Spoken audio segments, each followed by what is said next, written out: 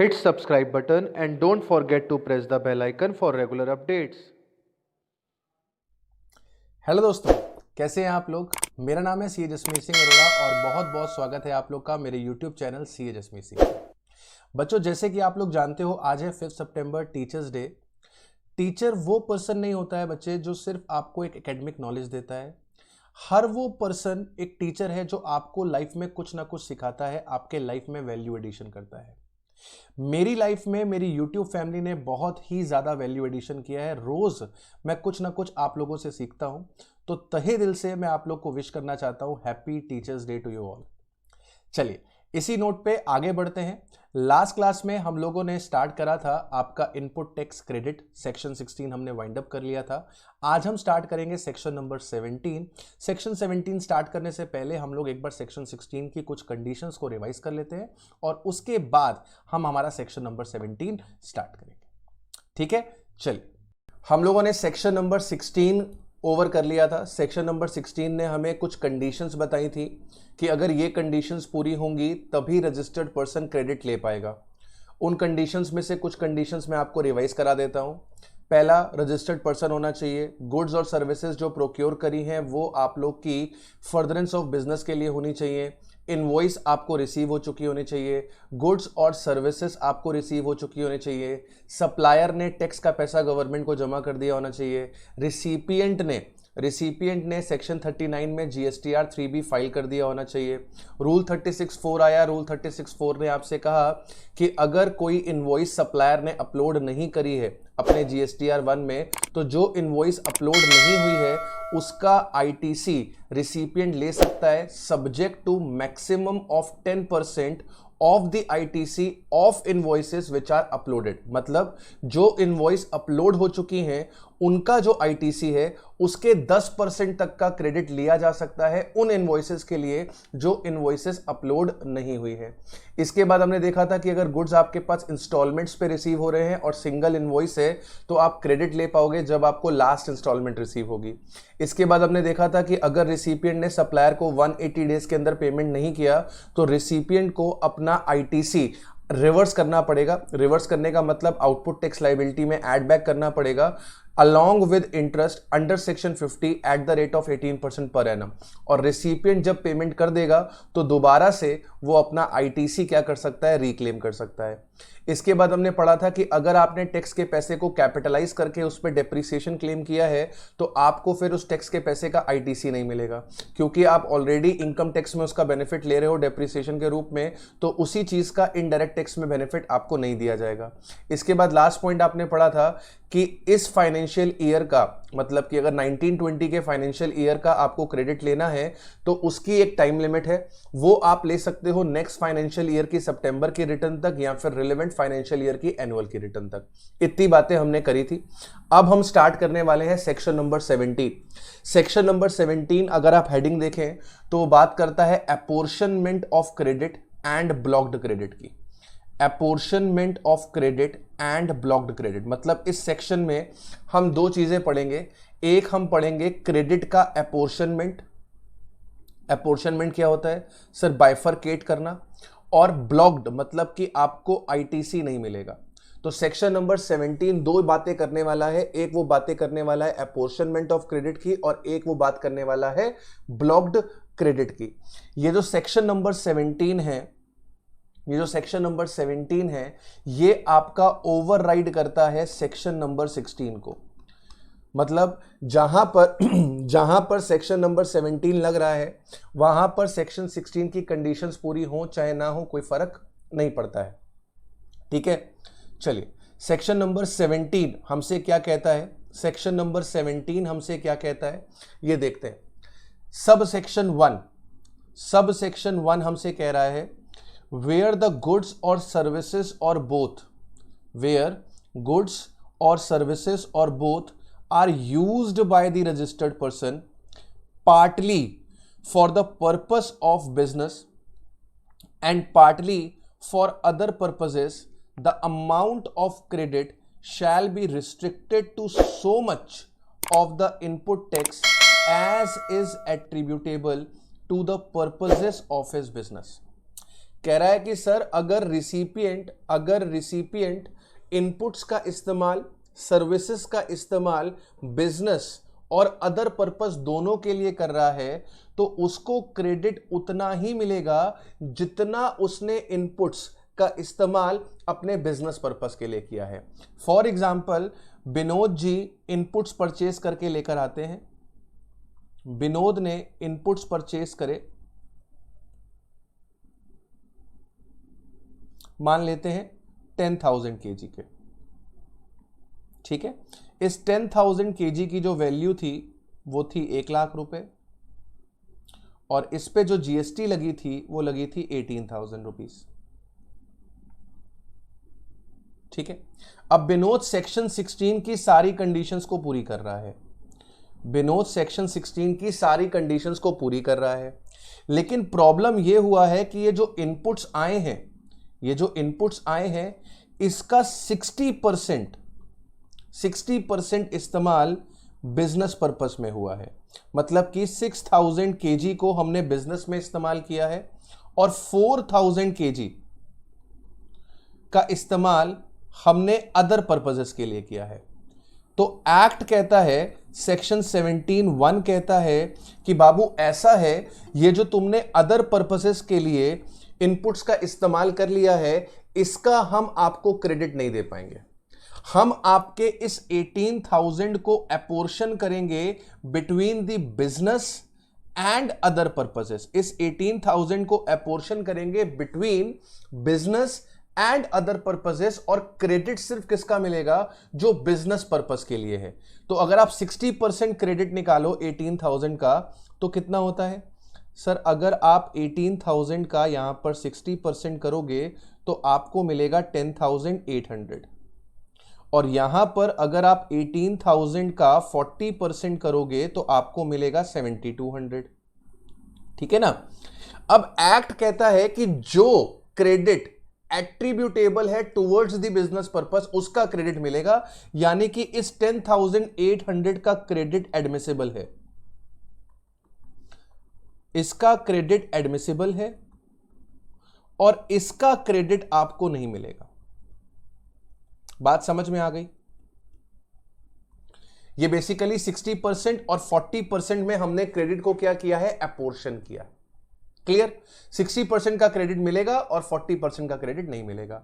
Sub section 2 क्या कहता है? सब सेक्शन 2 कहता है वेयर द गुड्स और सर्विसेज और both are used by the registered person partly for effecting the taxable supplies including zero rated supply under this act or under the IGST act and partly for effecting the exempt supplies under the said acts, the amount of credit shall be restricted to so much of the input tax as is attributable to the said taxable supplies including zero rated supply. The value of exempt supply shall be computed as per rule 42 and 43. Exempt supplies shall include supplies on which the recipient is liable to pay tax on reverse charge basis, transaction in securities, sale of land and building. If goods or services have been supplied by a person and the GST is to be paid by the recipient under the reverse charge, it will be considered to be exempt supply for the supplier and tax credit is not allowed. क्या बोल रहा है वो आपसे? इन दोनों sub section को मिला के अपन बात समझते हैं।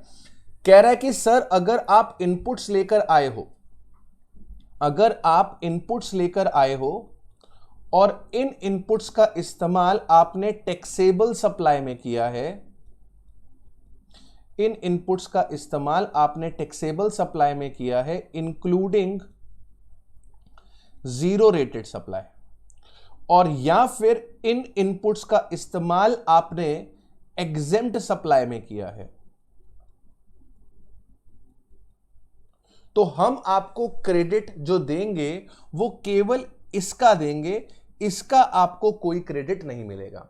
सपोज कर लेते हैं कि सर मान लीजिए आप इनपुट्स लेकर आए हैं जिसकी वैल्यू 2 लाख रुपए है और इस पे जीएसटी 24,000 का है। ठीक है, अब आपने जो टोटल टैक्सेबल सप्लाईज करी हैं including zero rated supply, suppose कर लो इसका टर्नओवर जो है वो है आपके पास 6 लाख रुपए का, और जो एग्जेम्प्ट सप्लाई आपने करी है उसका टर्नओवर है आपके पास 4 लाख रुपए का। तो टोटल आपके पास 10 लाख रुपए का टर्नओवर है। मतलब आपने इन इनपुट्स का इस्तेमाल 24,000 जीएसटी वाले इनपुट्स का इस्तेमाल 10 लाख के टर्नओवर में किया है। तो एक्ट कहता है कि भैया तुम्हें जो आईटीसी मिलेगा, वो मिलेगा 24,000 multiplied by 6 lakh divided by 10 lakh. Solve कर लेते हैं इसको, तो ये आ जाएगा हमारे पास 14,400।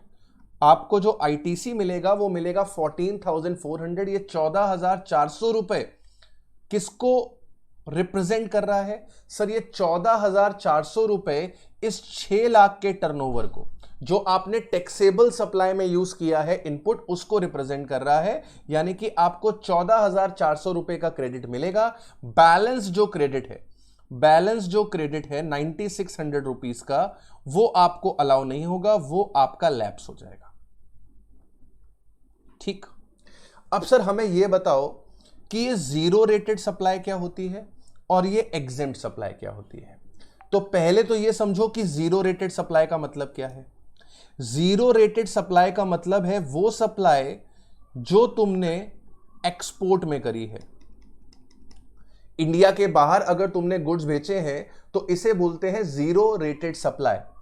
या फिर तुमने जो सप्लाई SEZ को करी है, वो सप्लाई जो तुमने स्पेशल इकोनॉमिक जोन में करी है, उसको बोलते हैं जीरो रेटेड सप्लाई।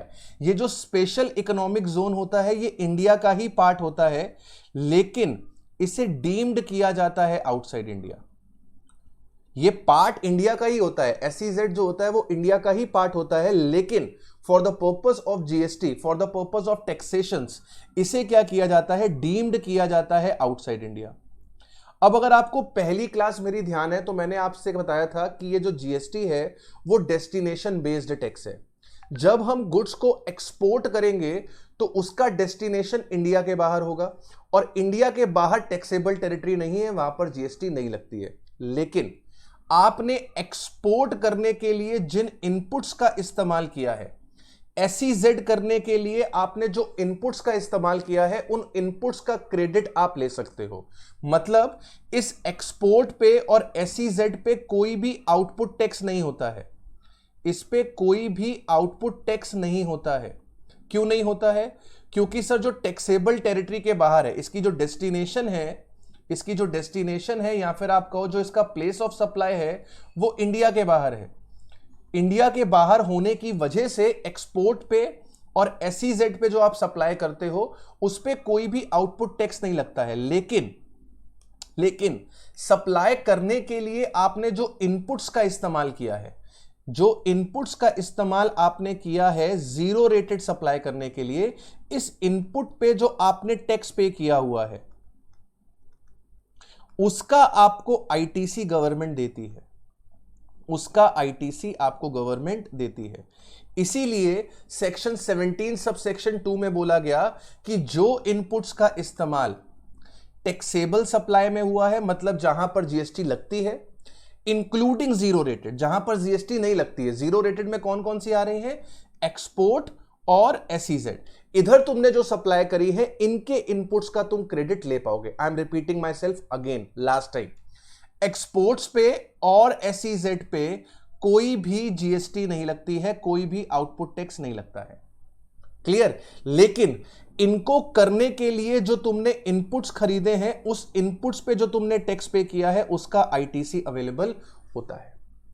क्लियर हुआ यहां तक?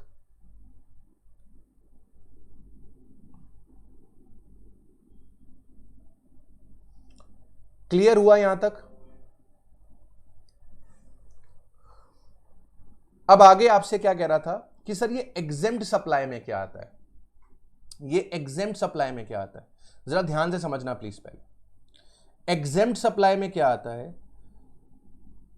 एग्जेम्प्ट सप्लाई की डेफिनेशन अगर आप देखें तो एग्जेम्प्ट सप्लाई की डेफिनेशन में लिखा है कि एग्जेम्प्ट सप्लाई में वो सप्लाईज आती हैं जिनको सेक्शन 11 ऑफ सीजीएसटी एक्ट में एग्जेम्प्ट किया गया है।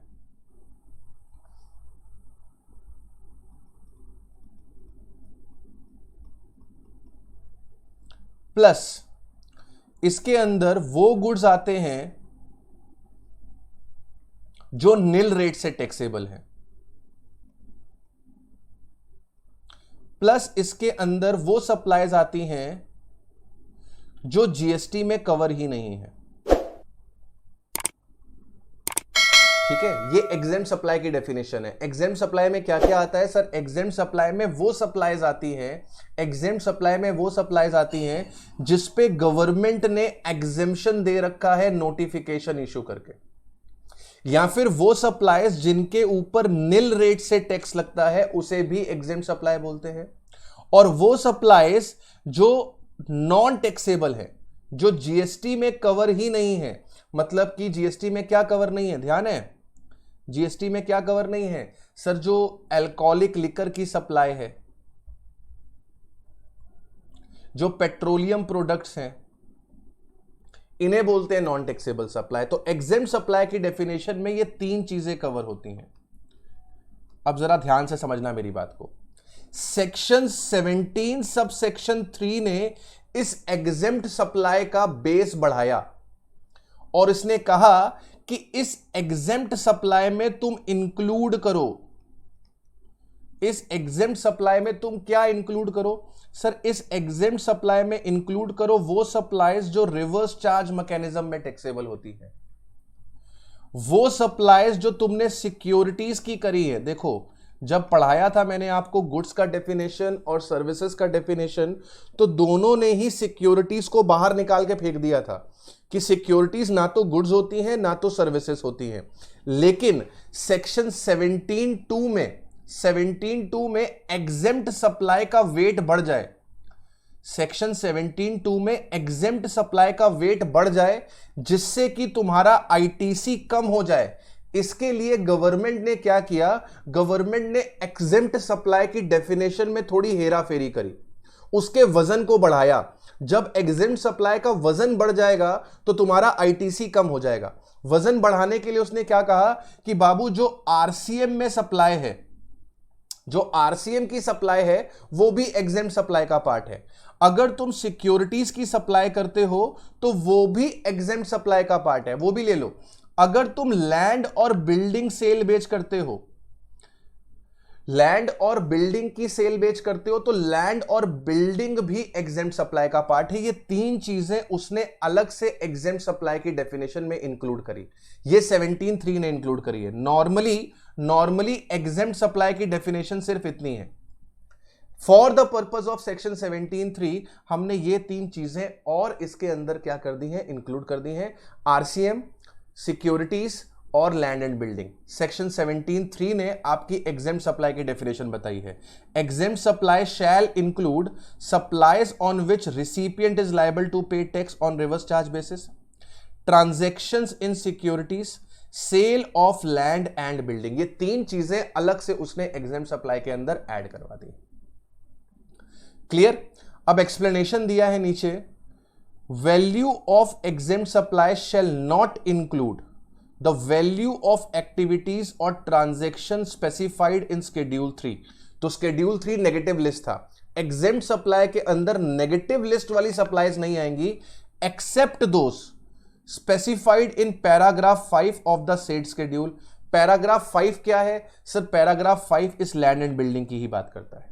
अगर आप नेगेटिव लिस्ट का शेड्यूल 3 का पैराग्राफ 5 देखेंगे, शेड्यूल 3 का पैराग्राफ 5 देखेंगे तो उसमें आपको लैंड एंड बिल्डिंग ही मिलेगी। क्लियर? तो उसने कहा कि एग्जेम्प्ट सप्लाई में नेगेटिव लिस्ट में जो हमने सप्लाईज दी है वो नहीं आएंगी, केवल लैंड और बिल्डिंग जो नेगेटिव लिस्ट के अंदर लिखी हुई है वो एग्जेम्प्ट सप्लाई का पार्ट बनेगी। कुल मिला के क्रक्स ये निकलता है कि एग्जेम्प्ट सप्लाई में 6 चीजें आने वाली हैं। एक, वो जिसपे गवर्नमेंट ने एग्जेम्पशन दे रखी है। 2, जिसपे निल रेट से टैक्स लगता है। 3, जो आपकी नॉन टैक्सेबल सप्लाई है यानी कि लिकर और पेट्रोल।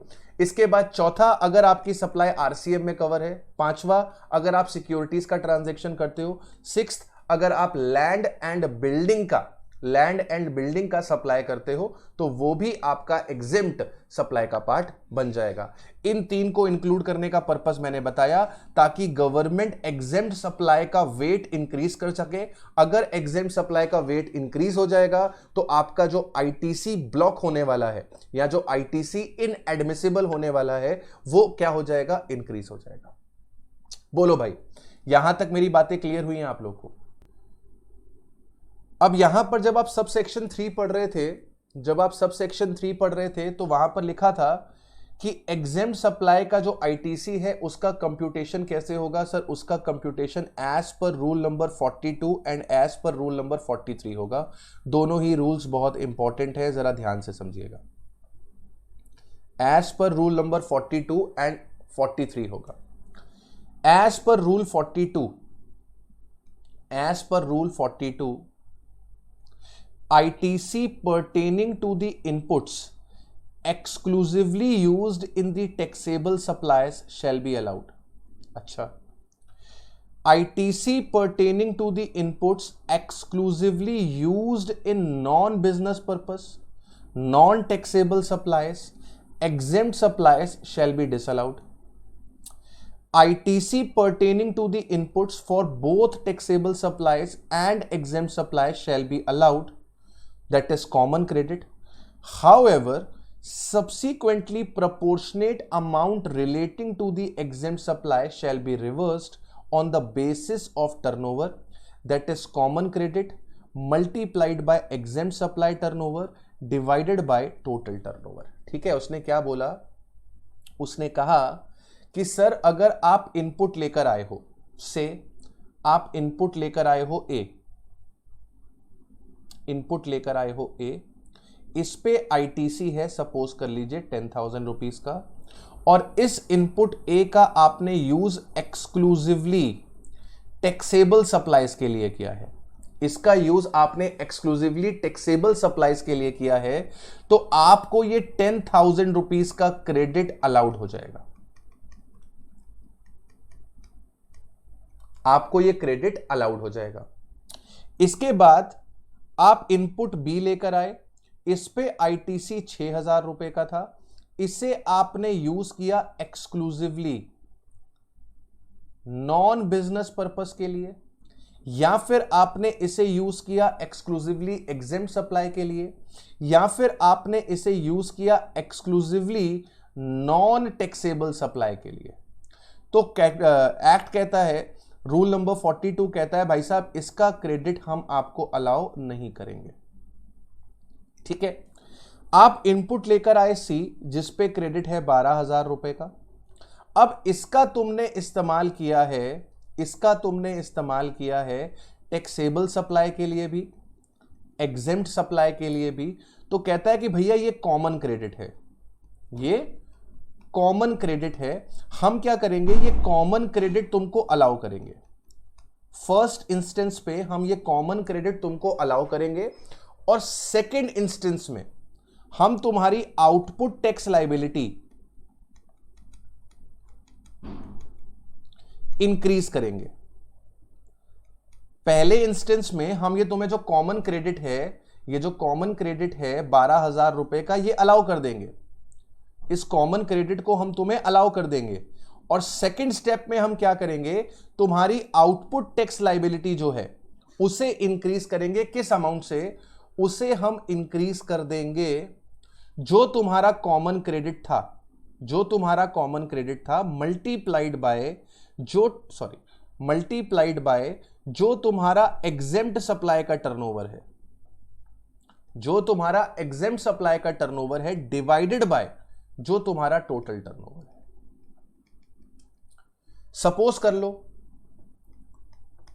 सपोज करो तुम्हारा जो टैक्सेबल टर्नओवर है या जो तुम्हारी टैक्सेबल सप्लाई है वो है 6 लाख रुपए की, और जो तुम्हारी एग्जेम्प्ट सप्लाई है वो है तुम्हारी 4 लाख रुपए की। अब ध्यान से समझना मेरी बात को, तुम्हें ये वाले 10,000 रुपए अलाउ हो गए, पहले वाले, ये वाले नहीं अलाउ हुए, और जो कॉमन क्रेडिट के थे 12,000 रुपए वो अलाउ हो गए। यानी कि तुम्हारे इलेक्ट्रॉनिक क्रेडिट लेजर में तुम्हारे इलेक्ट्रॉनिक क्रेडिट लेजर में जो क्रेडिट जाएगा वो कितने रुपए का जाएगा? 22,000 रुपए का जाएगा। अब ये जो 12,000 रुपए का क्रेडिट था ये तो कॉमन था, ये जो 12,000 रुपए का क्रेडिट था ये कॉमन था। अब इसे रिवर्स किया जाएगा। रिवर्स करना मतलब आउटपुट टैक्स लायबिलिटी को इंक्रीज करना। कितना रिवर्स किया जाएगा? 12,000 का मल्टीप्लिकेशन 4 लाख रुपए से कराएंगे जो आपका एग्जेम्प्ट सप्लाई का टर्नओवर है, डिवीजन टोटल टर्नओवर से करा देंगे, यानी कि आपके 4,800 रुपीस आउटपुट टैक्स लायबिलिटी में जाकर कहा दिए जाएंगे, ऐड कर दिए जाएंगे। क्लियर? कॉमन क्रेडिट पहले अलाउ होगा, कॉमन क्रेडिट पहले अलाउ होगा और बाद में जो एग्जेम्प्ट का प्रपोर्शन है, जो एग्जेम्प्ट का प्रपोर्शन है वो आपकी आउटपुट टैक्स लायबिलिटी में जाके इंक्रीज कर दिया जाएगा। समझ में आया आपको? कोई ऐसा पर्सन जिसे डाउट है? रूल नंबर 42 जो है वो लगता है आपके इनपुट्स के ऊपर और इनपुट सर्विसेज के ऊपर, इनपुट गुड्स और सर्विसेज के ऊपर। रूल नंबर 42 किस पे लगता है? इनपुट गुड्स और सर्विसेज के ऊपर लगता है। बताइए, कोई डाउट किसी को?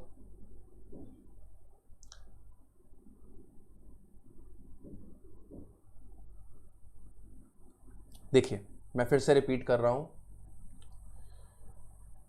जो आपके इनपुट्स एक्सक्लूसिवली इस्तेमाल हुए हैं टैक्सेबल सप्लाई में, उसका पूरा क्रेडिट आपको अलाउ कर दिया जाता है।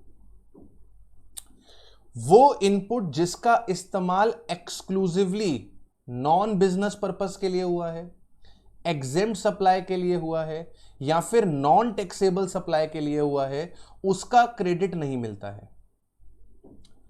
जो इनपुट्स आपने यूज करे हैं commonly for taxable supply as well as exempt supply, इसे हम बोलते हैं कॉमन क्रेडिट। और जितना आपका कॉमन क्रेडिट होता है ये आपको अलाउ कर दिया जाता है। मतलब कि आपके 12,000 रुपए अलाउ हो गए, टोटल बन गया 22,000 रुपए और ये 22,000 रुपए आपके इलेक्ट्रॉनिक क्रेडिट लेजर में क्रेडिट कर दिए गए। अब गवर्नमेंट देख रही है कि यार ये जो 12,000 रुपए हमने रजिस्टर्ड पर्सन को अलाउ कर दिए हैं, ये 12,000 तो इसने टैक्सेबल सप्लाई में भी यूज करे हैं और एग्जेम्प्ट सप्लाई में भी यूज करे हैं, और एग्जेम्प्ट सप्लाई का तो हम इसको क्रेडिट देते नहीं है। क्यों नहीं देते हैं? क्योंकि सर हमारे पास बदले में कुछ नहीं आने वाला है। भाई, गवर्नमेंट आपको क्रेडिट तब देती है क्योंकि आप आउटपुट में टैक्स कलेक्ट करते हैं। एग्जेम्प्ट सप्लाई में तो आउटपुट में कोई टैक्स कलेक्ट होने नहीं वाला है, तो आपको आईटीसी भी नहीं मिलने वाला है। तो गवर्नमेंट कह रही है कि हमने तो पूरा क्रेडिट दे दिया, जबकि इसे प्रपोर्शन करना चाहिए था। तो गवर्नमेंट ने कहा चलो कोई बात नहीं, दे दिया तो दे दिया, अब एक काम करते हैं, जितना एग्जेम्प्ट सप्लाई को बिलोंग करता है, इस 12,000 में से जितना एग्जेम्प्ट सप्लाई को बिलोंग करता है उसे हम रिवर्स करवाते हैं। रिवर्स करवाते हैं मतलब हम उसको उसकी आउटपुट टैक्स लायबिलिटी में ऐड कर देते हैं। तो भैया हमारे पास कॉमन क्रेडिट 12,000 रुपए का था, हमारा एग्जेम्प्ट सप्लाई का टर्नओवर 4 लाख रुपए का था, टोटल टर्नओवर हमारे पास 10 लाख रुपए का था, प्रोपोर्शनेट आईटीसी 4,800 रुपए रिवर्स कर दिया, यानी कि हमारी आउटपुट टैक्स लायबिलिटी में ऐड कर दिया। अब बताओ,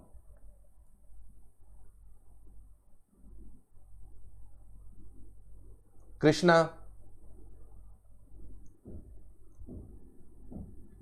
आशीष, जया, शगुन, एवरीवन,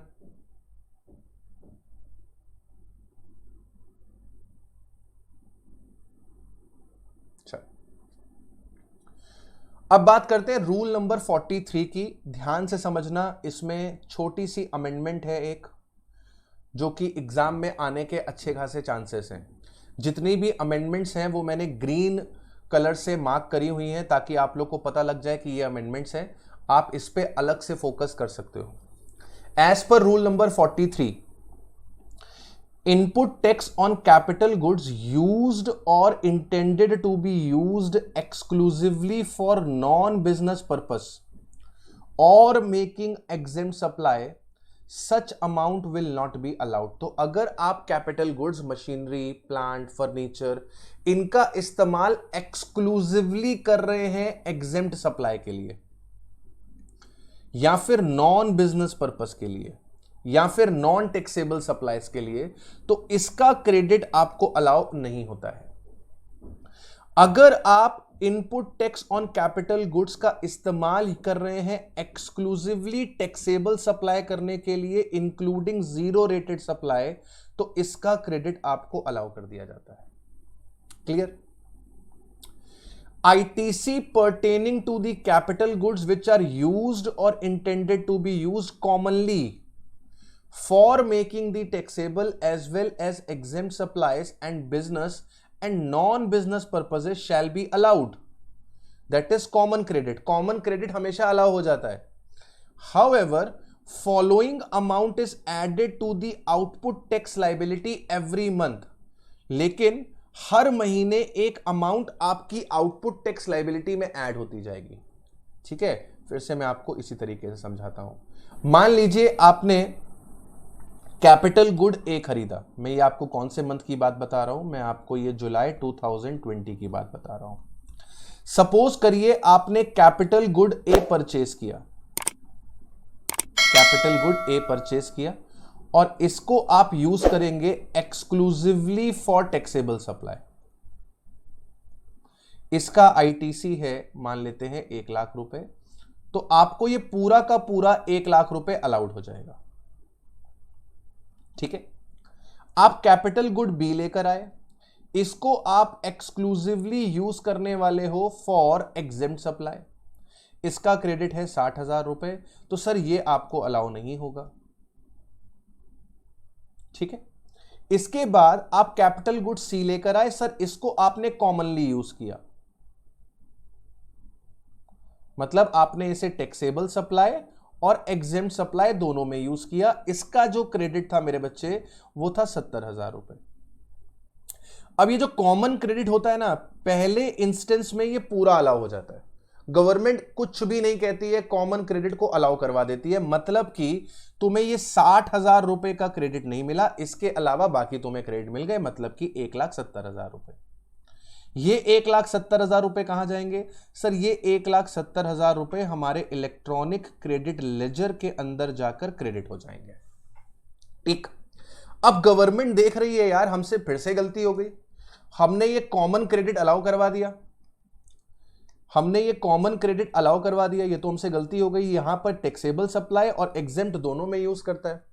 तो गवर्नमेंट कहती है बाबू चलो कोई बात नहीं, गलती हो गई, इसको सुधारते हैं, आपको रिवर्सल करना पड़ेगा आईटीसी का. और ये रिवर्सल होगा एवरी मंथ, ये रिवर्सल होगा एवरी मंथ. अच्छा सर हर महीने क्यों होगा? एवरी मंथ इसलिए होगा क्योंकि गवर्नमेंट जो है वो ये मान के चलती है कि जो कैपिटल गुड्स हैं इनकी लाइफ जो है वो 5 साल की है. 5 साल का मतलब इसकी लाइफ 60 महीने की है. यानी कि ये जो कैपिटल गुड सी है, ये जो कैपिटल गुड सी है ये 60 महीने तक यूज होने वाला है. ये 60 महीने तक यूज होने वाला है. तो हर महीने रिवर्सल होगा, एक साथ रिवर्सल नहीं होगा. अलाउड गवर्नमेंट ने एक साथ कर दिया, ये गवर्नमेंट की दरियादिली है. ठीक है ना, गवर्नमेंट ने ये 70,000 रुपए तुम्हें एक साथ अलाउ कर दिए, लेकिन तुमसे रिवर्सल वो हर महीने करवाएगी, एक साथ रिवर्सल नहीं करवाएगी. मतलब कि कह लो कि एसएससी का फायदा हो रहा है एक तरीके से. ठीक है, अब ये रिवर्सल कैसे होगा? रिवर्सल कैसे होगा? ये जो 70,000 रुपए है, ये जो 70,000 रुपए है कॉमन क्रेडिट, ये 60 महीने से डिवाइड करा दिया जाएगा. तो आपके पास 1 महीने का क्रेडिट आ जाएगा. 70,000 को 60 महीने से डिवाइड करा दिया जाएगा, ये 1 महीने का क्रेडिट आ जाएगा. और इसका मल्टीप्लाई एग्जेम्प्ट सप्लाई के टर्नओवर से करा दिया जाएगा और इसका डिवीजन टोटल टर्नओवर से करा दिया जाएगा. तो नाउ सपोज कि हमारा एग्जेम्प्ट सप्लाई का टर्नओवर वही 4 लाख है और टोटल टर्नओवर हमारा 10 लाख है. तो इसको आप रिवर्स करेंगे 70,000 डिवाइडेड बाय 60 इंटू 4/20. मैं कैलकुलेटर का इस्तेमाल कर लेता हूं. तो ये हमारे पास आ जाएगा 70,000 multiplied by 4 lakh divided by 10 lakh divided by 60, तो 467 रुपीज, 467 रुपीज आपके हर महीने रिवर्स होते हैं। और ये रिवर्सल पता है कैसे होता है? अलॉन्ग विद इंटरेस्ट होता है। 467 अलॉन्ग विद इंटरेस्ट होता है। अब इतना डीप में इंटर लेवल पे इंस्टीट्यूट नहीं जाता है, तो आप बस मोटा मोटा ये समझो कि जो रिवर्सल होगा वो कैसे होगा। सर रिवर्सल जो होगा वो 60 महीने के बेसिस पे होगा। मतलब पहले तो गवर्नमेंट आपको पूरा का पूरा क्रेडिट दे देगी, पहले गवर्नमेंट आपको पूरा का पूरा क्रेडिट दे देगी 70,000 रुपीज का, और बाद में हर महीने वो रिवर्सल कराएगी। 70,000 रुपए का कॉमन क्रेडिट है, इसको 60 से डिवाइड करके एक महीने का क्रेडिट निकाल लिया जाएगा, और फिर उसे उस मंथ के एग्जेम्प्ट सप्लाई टर्नओवर से, उस मंथ के एग्जेम्प्ट सप्लाई टर्नओवर से मल्टीप्लाई करवा देंगे और टोटल टर्नओवर से डिवाइड करा देंगे। यानी कि जो अमाउंट निकल के आएगी ये आपकी आउटपुट टैक्स लायबिलिटी में ऐड होगी। जब भी मैं रिवर्सल बोलूं, रिवर्सल का मतलब समझना कि ये आउटपुट टैक्स लायबिलिटी में जाके ऐड हो जाएगा। तो ये जुलाई मंथ का चल रहा है, तो ये जो टर्नओवर मैंने लिया है 4 लाख का, ये जुलाई मंथ का है। ये जो 10 लाख लिया है ये जुलाई मंथ का है। और ये जो रिवर्सल होने वाला है ये रिवर्सल भी किस मंथ का होने वाला है? जुलाई मंथ का होने वाला है। I hope I made my point clear till this point. अभी तक हमने अमेंडमेंट वाला पॉइंट नहीं पढ़ा, अब मैं आपको अमेंडमेंट वाला पॉइंट बताऊंगा। यहां तक अगर किसी को डाउट है तो पहले पूछ लो। चलिए आगे बढ़ते हैं। अगला पॉइंट कहता है रूल 43 का, ITC on capital goods procured to effect exclusively exempt supply and non-business supply now used for providing taxable as well as exempt supply।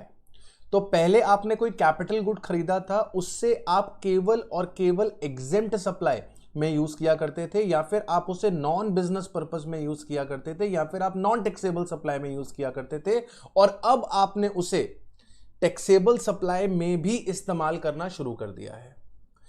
तो कह रहा है कि सर उसका भी क्रेडिट आपको अलाउ कर दिया जाएगा, उसको भी नाम दिया जाएगा कॉमन क्रेडिट का, लेकिन however following amount is added to the output tax liability every month. तो जो पॉइंट अभी आपने यहां पढ़ा, पॉइंट 3 में पढ़ा, वही पॉइंट बोल रहा है कि जैसे ही कॉमन क्रेडिट आएगा तो कॉमन क्रेडिट का फिर हम क्या करेंगे? मंथली बेसिस पे रिवर्सल करेंगे। मंथली बेसिस पे रिवर्सल करेंगे, और रिवर्सल किस बेसिस पे होगा? एग्जेम्प्ट सप्लाई टर्नओवर के प्रोपोर्शन का ITC जो उस मंथ का होगा उसे हम रिवर्स कर देंगे। दैट इज जो कॉमन क्रेडिट है उसे 60 मंथ से डिवाइड करके एक मंथ का क्रेडिट निकाल लिया जाएगा, और उस एक मंथ के क्रेडिट का रिवर्सल होगा एग्जेम्प्ट सप्लाई के टर्नओवर के बेसिस पे डिवाइडेड बाय टोटल टर्नओवर। ठीक, आगे क्या कहता है? However ITC pertaining to the period during which such capital goods were used exclusively for exempt supply and non-business supply shall be calculated at the rate of 5% per quarter or part thereof and added to the output tax liability of the tax period in which such credit is claimed। कह रहा है कि sir खरीदने की date से, जब से आप उसे एग्जेम्प्ट सप्लाई में इस्तेमाल कर रहे थे तब से लेकर जब तक आपने उसे कॉमनली यूज करना स्टार्ट नहीं किया, उतने पीरियड का जो क्रेडिट है उसे रिवर्स किया जाएगा। और उस पीरियड का क्रेडिट कैसे निकाला जाएगा? 5% पर क्वार्टर और पार्ट देयर ऑफ के बेसिस पे। सर कसम से बताएं ना, एक भी चीज हमें समझ में नहीं आई। कोई दिक्कत नहीं है मेरे बच्चे, एग्जाम्पल देंगे आपको, सारी बातें अच्छे से क्रिस्टल क्लियर हो जाएंगी। चलिए एग्जाम्पल देखते हैं फटाफट से, तो आपको बातें समझ में आ जाएंगी। चलिए देखिए, आपने एक मशीनरी डी खरीदी है, आपने एक मशीनरी डी परचेस करी है 1 जनवरी 2020 को। 1 जनवरी 2020 को आपने एक मशीन खरीदा है डी, जिसका वैल्यू था 10 लाख रुपए, और इस पे जो GST थी वो थी 1,80,000 रुपए, और इस मशीन का इस्तेमाल आप करते थे एक्सक्लूसिवली फॉर एग्जेम्प्ट सप्लाई। इसका आप किस में इस्तेमाल करते थे? Exclusively for exempt supply. तो बच्चे एक बात सोच के मेरे को बताओ कि जब जैन में हमने इसका क्रेडिट गवर्नमेंट से मांगा होगा तो क्या गवर्नमेंट ने हमें इसका क्रेडिट दिया होगा? सर जैन 20 में हमें इसका क्रेडिट नहीं मिला होगा, क्योंकि रूल नंबर 43 कहता है कि अगर आपने capital goods exclusively exempt supply के लिए यूज किया है तो उसका क्रेडिट आपको नहीं मिलता है। ठीक सर, ये तो जैन की बात हो गई। अब ध्यान से समझिएगा मेरी बात को। आपने 1 जुलाई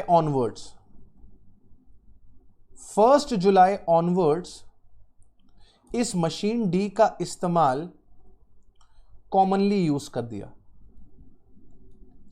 मतलब अब आप इस मशीन से टैक्सेबल सप्लाई भी करते हो और आप इससे एग्जेम्प्ट सप्लाई भी करते हो। तो गवर्नमेंट अब आपसे क्या कह रही है? गवर्नमेंट आपसे कह रही है कि जैसे ही तुमने इसे कॉमनली इस्तेमाल करना शुरू किया तो हम तुम्हें जुलाई मंथ में उसका क्रेडिट दे देंगे, तो मशीन डी का क्रेडिट तुमको मिल जाएगा। तो जुलाई 20 में जो कॉमन क्रेडिट है 1,80,000, ये आपके इलेक्ट्रॉनिक क्रेडिट लेजर में दे दिया जाएगा। इसे आप अपने इलेक्ट्रॉनिक क्रेडिट लेजर में लेकर जा सकते हैं। फिर गवर्नमेंट कहती है कि ये जो कॉमन क्रेडिट है इसका हम रिवर्सल करेंगे एग्जेम्प्ट सप्लाई टर्नओवर के बेसिस पे। ठीक है ना? आपकी आउटपुट टैक्स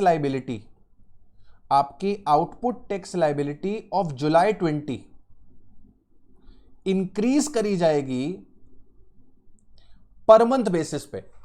तो कॉमन क्रेडिट कितने का था सर? 1,80,000 रुपए का कॉमन क्रेडिट था। हम कैपिटल गुड्स की लाइफ 60 महीने मानते हैं, 1 महीने का क्रेडिट निकल आएगा। इसका मल्टीप्लाई आप एग्जेम्प्ट सप्लाई के टर्नओवर से करवाएंगे और इसका डिवीजन आप टोटल टर्नओवर से कराएंगे। और जो ये मैंने 4 लाख और 10 लाख लिए हैं, ये मैंने जुलाई मंथ का लिया है। ये मैंने कौन से मंथ का लिया है? ये मैंने जुलाई मंथ का एग्जेम्प्ट सप्लाई का टर्नओवर और टोटल टर्नओवर लिया है। तो जुलाई मंथ में मेरा रिवर्सल कितने का निकला? सर जुलाई मंथ में मेरा रिवर्सल निकल के आया 3,000 into 4 lakh divided by 10 lakh, यानी कि 1,200 रुपए का मेरा रिवर्सल निकल के आ गया। साथ के साथ गवर्नमेंट कहती है इतना ही नहीं, तुम्हारा जुलाई मंथ में एक और चीज तुम्हारी आउटपुट टैक्स लायबिलिटी में ऐड होगी। हमने बोला क्या? कहता है वो पीरियड जब तुम इसे एक्सक्लूसिवली यूज कर रहे थे एग्जेम्प्ट सप्लाई के लिए, उस पीरियड का जो टर्नओवर है, उस पीरियड का जो आईटीसी है, इस पीरियड का जो आईटीसी है वो भी रिवर्स किया जाएगा, क्योंकि तुम इसे जैन से लेकर जून तक एक्सक्लूसिवली यूज कर रहे थे एग्जेम्प्ट सप्लाई के लिए। तो इसका टर्नओवर का भी इसका आईटीसी भी क्या किया जाएगा? रिवर्स किया जाएगा। ठीक है ना? कितना रिवर्स होगा और कैसे रिवर्स होगा? इसके लिए कहता है कि इस पीरियड में जितने भी क्वार्टर आ रहे हैं, हर क्वार्टर का 5% आईटीसी आपकी आउटपुट टैक्स लायबिलिटी में ऐड किया जाएगा जुलाई मंथ की। मैं रिपीट कर रहा हूं शुरू से, फिर से एक बारी मैं कह रहा हूं कि जिस पीरियड में आप इसे एक्सक्लूसिवली इस्तेमाल कर रहे थे एग्जेम्प्ट सप्लाई के लिए, उस पीरियड का आईटीसी जुलाई मंथ में रिवर्स किया जाएगा जब आपने इसे कॉमनली इस्तेमाल करना शुरू किया। अब ये जुलाई मंथ में उस पीरियड का जो आईटीसी रिवर्स होना है या फिर ऐड होना है, वो कैसे ऐड होना है? वो क्वार्टर बेसिस पे ऐड होना है, 5% पर क्वार्टर। अब जरा ध्यान से देख के बताओ, जैन से लेकर जून तक कितने क्वार्टर आते हैं? सर जनवरी, फरवरी, मार्च एक क्वार्टर होता है, अप्रैल, मई, जून एक क्वार्टर होता है। तो आप इस क्वार्टर का 5% और इस क्वार्टर का 5%, यानी कि टोटल 10% आईटीसी जुलाई मंथ में ऐड कर देंगे। सर ये जो मशीन डी थी, मशीन डी का आईटीसी 1,80,000 था, 1,80,000 का 10%, यानी कि सर 18,000 रुपीज आपकी 18,000 रुपीज आपकी आउटपुट टैक्स लाइबिलिटी में ऐड किया जाएगा। किस महीने की? सर जुलाई महीने की। क्लियर हुआ? फिर से रिपीट करता हूं आपके लिए। अगर आपके पास कोई ऐसी मशीन है जिसका इस्तेमाल आपने एक्सक्लूसिवली एग्जेम्प्ट सप्लाई के लिए किया है, तो उसका क्रेडिट गवर्नमेंट ने आपको नहीं दिया होगा जब आपने वो मशीन खरीदी होगी। बोलो हाँ कि ना? सर बिल्कुल हाँ।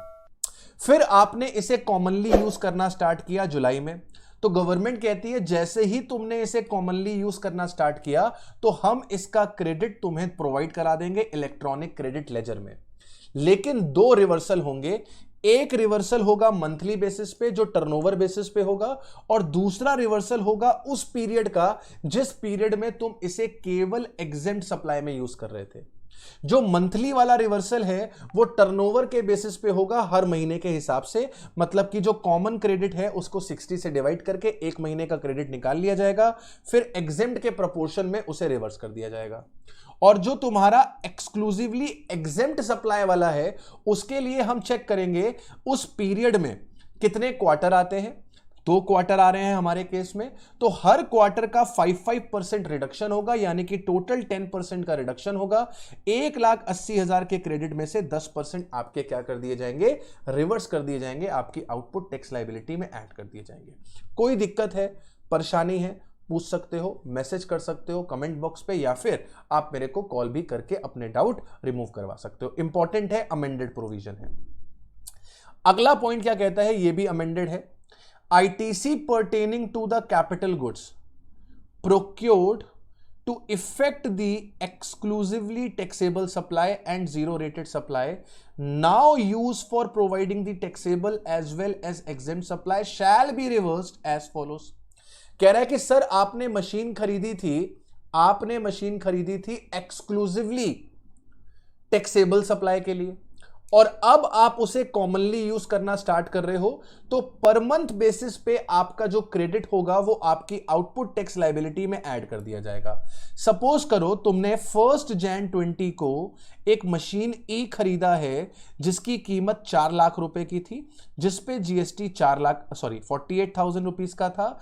तुम इसे एक्सक्लूसिवली यूज कर रहे थे टैक्सेबल सप्लाई के लिए। तो अब जरा सोच के बताओ, क्या हमें इसका क्रेडिट जैन 20 में मिला होगा? सर बिल्कुल मिला होगा, क्योंकि हम इसे एक्सक्लूसिवली इस्तेमाल कर रहे हैं टैक्सेबल सप्लाई के लिए। अब जुलाई ऑनवर्ड्स आपने इस मशीन को कॉमनली यूज करना स्टार्ट कर दिया, तो गवर्नमेंट कहती है कि भाई जब तुम इस मशीन को कॉमनली यूज करना स्टार्ट करोगे तो जितना पर मंथ के बेसिस पे एग्जेम्प्ट सप्लाई का आईटीसी है उसे हम रिवर्स कर देंगे। तो 48,000 पूरा आईटीसी था, 60 से डिवाइड करके एक महीने का निकाल लिया। अब एग्जेम्प्ट सप्लाई के प्रोपोर्शन में इसे रिवर्स कर दिया। एग्जेम्प्ट सप्लाई का turnover 4 lakh, total turnover 10 lakh, 48,000 को 60 से डिवाइड किया, 320 रुपए का क्रेडिट आपका जुलाई मंथ में, जिस मंथ से आपने इसे कॉमनली यूज करना स्टार्ट किया उस मंथ से ये रिवर्स हो जाएगा। तो एक बात हमेशा दिमाग में डाल लो कि जब कभी भी कॉमन क्रेडिट होगा तो वो इसी तरीके से पर मंथ बेसिस पे क्या किया जाएगा? रिवर्स किया जाएगा। इसी तरीके से पर मंथ बेसिस पे रिवर्स किया जाएगा। दिमाग में ये बात अच्छी तरीके से ठूस लो अपने, ठीक है? चलिए सर आगे बढ़ते हैं। अब चलिए एग्जाम्पल देखते हैं तो आपको बातें ज्यादा क्लियर हो जाएंगी।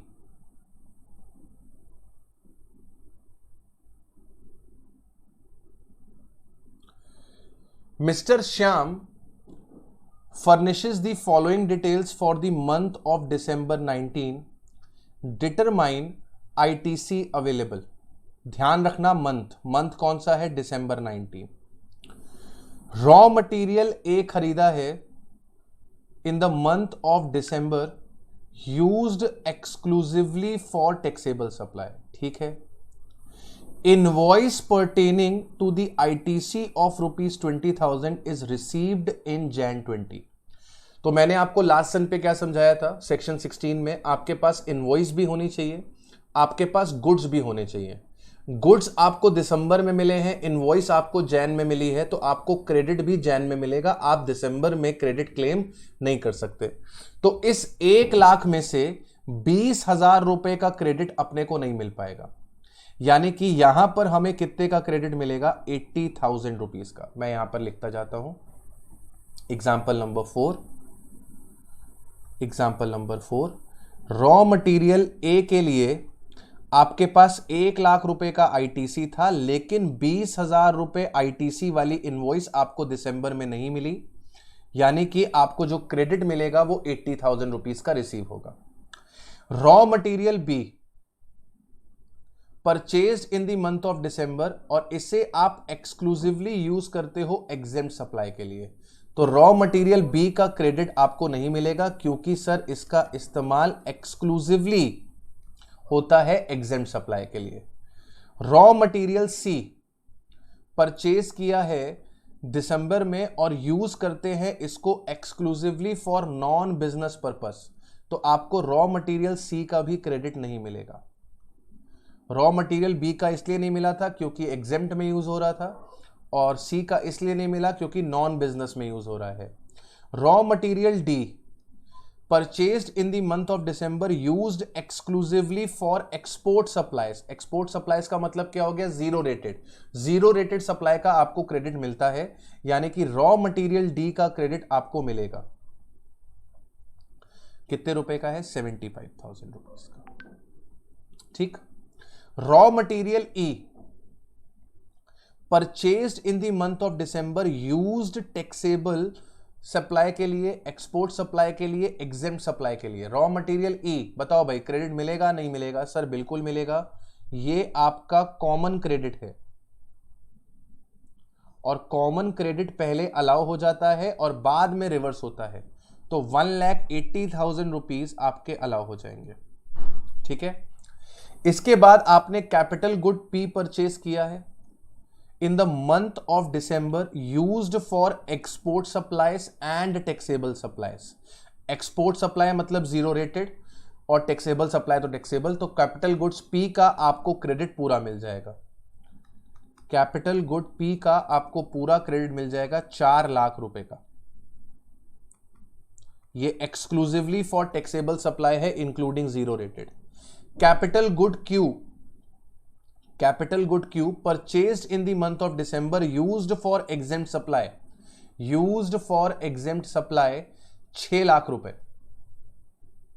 बताओ भाई मिलेगा कि नहीं मिलेगा, सर ये एक्सक्लूसिवली एग्जेम्प्ट सप्लाई के लिए है और एक्सक्लूसिवली एग्जेम्प्ट सप्लाई का आपको नहीं मिलता है। Capital good are purchased in the month of December used for export supplies 8 lakh rupees. Taxable supply के लिए यूज किया है और एग्जेम्प्ट सप्लाई के लिए यूज किया है, कॉमन क्रेडिट है ये आपका। कैपिटल गुड आर का आपका कॉमन क्रेडिट है, ये पूरा का पूरा आपको पहले अलाउ होगा और बाद में इसको रिवर्स करने का है 8 लाख रुपए। ठीक है। फिर कहता है कि आपके जो टर्नओवर है वो ये है कि आपने एग्जेम्प्ट का 20 लाख का टर्नओवर किया है दिसंबर में, 70 लाख रुपए का टैक्सेबल, 10 लाख रुपए की आपने एक्सपोर्ट करी है। कैपिटल गुड जेड है, ये आपने परचेज किया था इन the month of August 19 for making the taxable supplies is now also being used for the exempt supply along with taxable supply. अच्छा, तो capital good Z purchase in the month of August for making the taxable supply, सिर्फ taxable supply के लिए खरीदा गया था और अब आप इसे यूज कर रहे हो exempt along with taxable supply. इसका क्रेडिट 2,40,000 रुपए का था जो हमने परचेज के वक्त पे किया था। ठीक है। चलिए, तो आपका जो टोटल क्रेडिट एडमिसिबल है वो कितने रुपए का आ गया, सर जो क्रेडिट एडमिसिबल है या फिर जो हमारे इलेक्ट्रॉनिक क्रेडिट लेजर में जाएगा वो जाएगा 80,000 plus 75,000, 155, 155 plus 180, 155 plus 180, 335 plus 4, 735 plus 8, 15,35,000। Calculation एक बार चेक कर लेना, 19-20 हो तो माफ कर देना। क्रेडिट एडमिसिबल हो गया 15,35,000। अब हम बात करते हैं कि कौन सा क्रेडिट आपका रिवर्स होगा। आपकी आउटपुट टैक्स लाइबिलिटी जो इंक्रीज होगी for December 19 will be increased by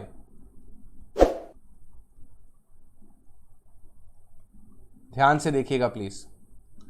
raw material ई जो कॉमन था आपका, रॉ मटेरियल ई पे क्रेडिट कितने रुपए का था? 180। 1,80,000 multiplied by exempt supply. Exempt supply आपने कितनी करी है सर? एग्जेम्प्ट सप्लाई आपने 20 लाख करी है, और टोटल टर्नओवर जो है वो आपका 100 लाख का है। यानी कि इसमें से 36,000 रुपए आपके आउटपुट टैक्स लाइबिलिटी में ऐड कर दिए जाएंगे फॉर रॉ मटेरियल ई। अब बात करते हैं कैपिटल गुड की।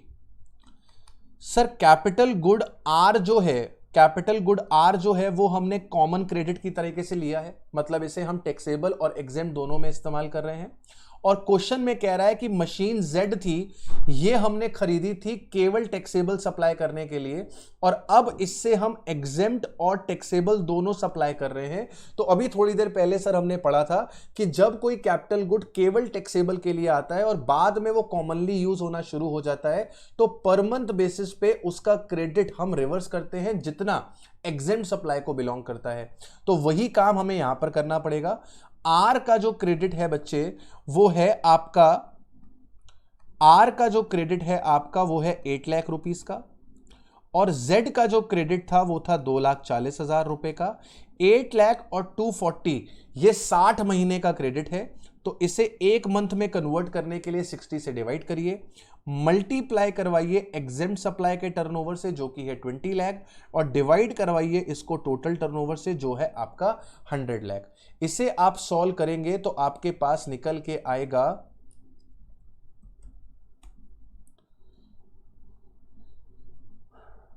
10,40,000 divided by 60 multiplied by 20 divided by 100। इसको आप सॉल्व करेंगे तो निकल के आएगा 3467। यानी कि जो टोटल क्रेडिट आपकी आउटपुट टैक्स लाइबिलिटी में ऐड किया जाएगा दिसंबर मंथ में वो होगा 39,467। तो सबसे पहले हमारे दिमाग में यह बात क्लियर हो गई कि जो कॉमन क्रेडिट है वो गवर्नमेंट हमें पहले ही अलाउ कर देती है, और जो रॉ मटेरियल का कॉमन क्रेडिट होता है जितना एग्जेम्प्ट सप्लाई को बिलोंग करता है वो सीधे एक बार में रिवर्स हो जाता है, और जो कैपिटल गुड्स का जो कॉमन क्रेडिट होता है वो मंथली बेसिस पे रिटर्न होता है, क्योंकि कैपिटल गुड्स की लाइफ 60 मंथ्स की होती है। तो हम पर मंथ का क्रेडिट निकाल के उसे क्या करते हैं? रिवर्स करते हैं। I hope I made my point clear. चलिए अब आगे बढ़ते हैं और नेक्स्ट सेक्शन समझते हैं, सेक्शन 17 सबसेक्शन 4। इसके बाद अगला सेक्शन आता है, ये यहां पर मिस्टेक है, ये पॉइंट नंबर 6 नहीं है, ये सब सेक्शन 4 है। ठीक है, this is what, this is your sub section 4। A banking company or a financial institution including NBFC engaged in supplying these services by way of accepting deposit, extending loan or advances shall have the option to either comply with the provision of subsection 2 or avail of every month an amount equal to 50% of the eligible ITC on the inputs, capital goods and input service in that month, and the rest shall lapse, provided that the option once exercised shall not be withdrawn during the remaining part of the financial year. Provided further that the restriction of 50% shall not apply to the tax paid on the supplies made by one registered person to another registered person having the same permanent account number। Sir ये आप क्या read कर गए, हमें कुछ भी समझ में नहीं आया। कोई बात नहीं, अभी समझाते हैं। देखिए सेक्शन 17 सब सेक्शन 4 ऑप्शन दे रहा है, ये ऑप्शन दे रहा है बैंकिंग कंपनीज को, ये ऑप्शन दे रहा है बैंकिंग कंपनीज को इंक्लूडिंग एनबीएफसी को, कि देखो बाबू तुम लोग के पास ऑप्शन ये है कि जो तुम्हारा कॉमन क्रेडिट है, जो तुम्हारा कॉमन क्रेडिट है उस कॉमन क्रेडिट पे या तो तुम सेक्शन 17 सब सेक्शन 2 लगाओ, मतलब कि तुम इस कॉमन क्रेडिट को टैक्सेबल और एग्जेम्प्ट सप्लाई के टर्नओवर के बेसिस पे अपोर्शन करो। जैसे बाकी सब लोग कर रहे हैं वैसे ही तुम भी करो, सेक्शन 17(2) नॉर्मल तरीके से अप्लाई करो। तुम अपने इस कॉमन क्रेडिट को टैक्सेबल और एग्जेम्प्ट सप्लाई के टर्नओवर के बेसिस पे अपोर्शन करो। अगर तुम्हें इसमें तकलीफ होती है तो हम तुम्हें दूसरा ऑप्शन देते हैं कि तुम इस कॉमन क्रेडिट का 50-50% कर दो। 50-50% करो मतलब सर 50% क्रेडिट ले लो और 50% क्रेडिट आपका क्या हो जाएगा, लैप्स हो जाएगा। 50-50% कर लो, 50% का क्रेडिट तुमको हम अलाउ करा देंगे और 50% जो क्रेडिट होगा वो तुम्हारा डिसअलाउ हो जाएगा। मतलब अगर तुम्हें अपोर्शन नहीं करना है, तुम्हें हिसाब नहीं रखना है कि कितना कॉमन क्रेडिट टैक्सेबल सप्लाई में यूज हुआ, कितना कॉमन क्रेडिट एग्जेम्प्ट सप्लाई में यूज हुआ, ये हिसाब रखने में अगर तुम्हें तकलीफ है तो आंख बंद करके 50% क्रेडिट तुम ले लो और बचा हुआ 50% तुम्हारा हम क्या कर देंगे, डिसअलाउ कर देंगे।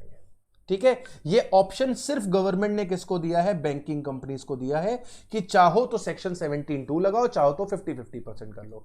बैंकिंग कंपनी के अलावा अगर और कोई रजिस्टर्ड पर्सन है तो उसके पास ये ऑप्शन नहीं है, उसे 17(2) ही लगाना है। सिर्फ ये ऑप्शन बैंकिंग कंपनी के पास है।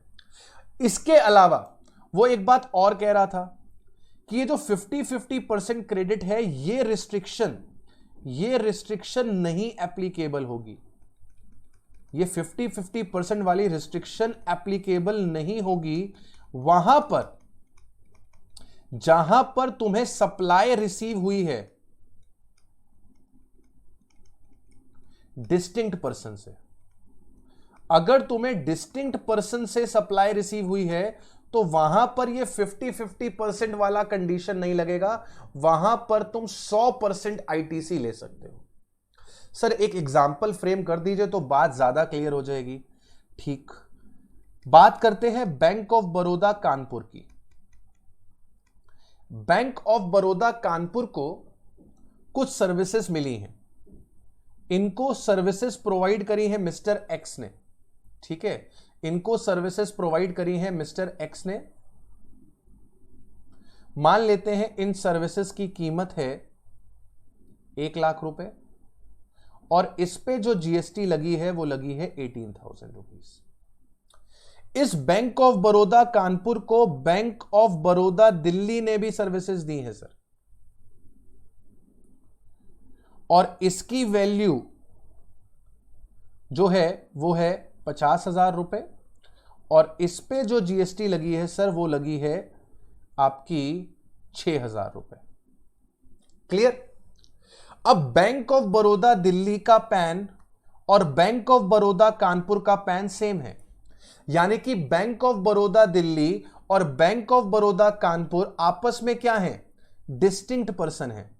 सर ये कोई सप्लाई थी नहीं, क्योंकि बैंक ऑफ बड़ौदा दिल्ली ने बैंक ऑफ बड़ौदा कानपुर से कोई पैसा नहीं लिया होगा, लेकिन सर हमने जो शेड्यूल 1 पढ़ा था उसके हिसाब से ये डीम्ड सप्लाई बन गई है। उसके हिसाब से ये डीम्ड सप्लाई बन गई है, मतलब गवर्नमेंट ने जबरदस्ती दिल्ली वाले बैंक ऑफ बड़ौदा से 6,000 रुपए का जीएसटी ले लिया है। तो अब बैंक ऑफ बड़ौदा कानपुर को 6,000 रुपए का आईटीसी भी देना पड़ेगा। क्लियर?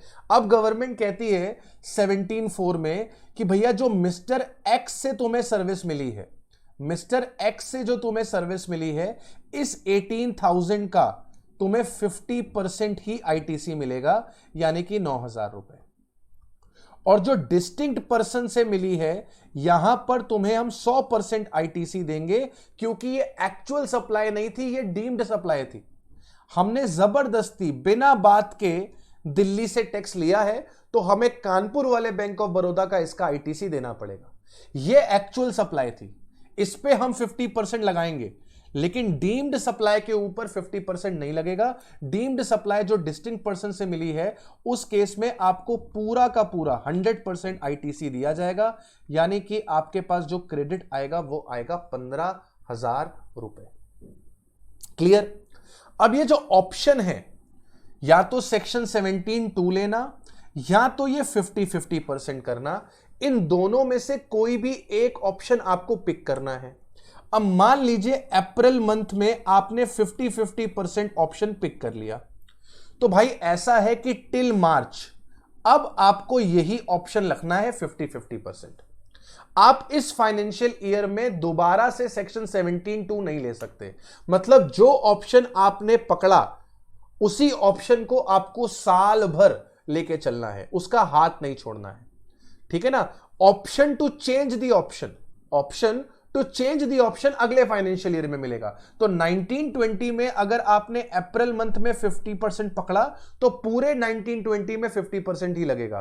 2021 में आपको ऑप्शन मिल सकता है कि आप दोबारा से 17(2) लगा लीजिए। आई होप मैंने आपको यह पॉइंट अच्छे से क्लियर किया। चलिए आज के लिए इतना रखते हैं, बाकी बातें हम लोग नेक्स्ट टाइम पे करेंगे। अपना ख्याल रखिएगा। Bye bye, take care.